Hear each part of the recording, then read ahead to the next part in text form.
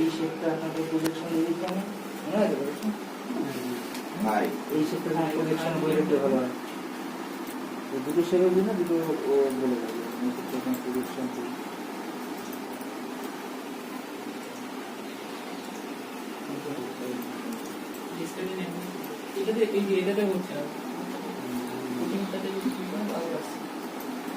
এইটা গ্রুপই তো করো না এক একটা কাজের জন্য এক একটা ইনস্টিটিউট আমরা তো সেটাই করতে শুরু করি। এক একটা জিনিসের জন্য এক একটা শেপ দেখার জন্য ভালো, প্রজেকশন এর শেপটা দেখা যায়, এটা যেন নতুন করে দেখা যায়, এরকম নিজের মতো করতে হবে। এখানে লেখা রয়েছে সাইজ, এটা সাইজ গ্রুপ, ঠিক আছে? তুমি এইটাকে তখন সাইজে ছিল, আচ্ছা সাইজে ছিল, তুমি এইগুলি করোনি। সাইজ গ্রুপ করে তাহলে এই সাইজ গ্রুপ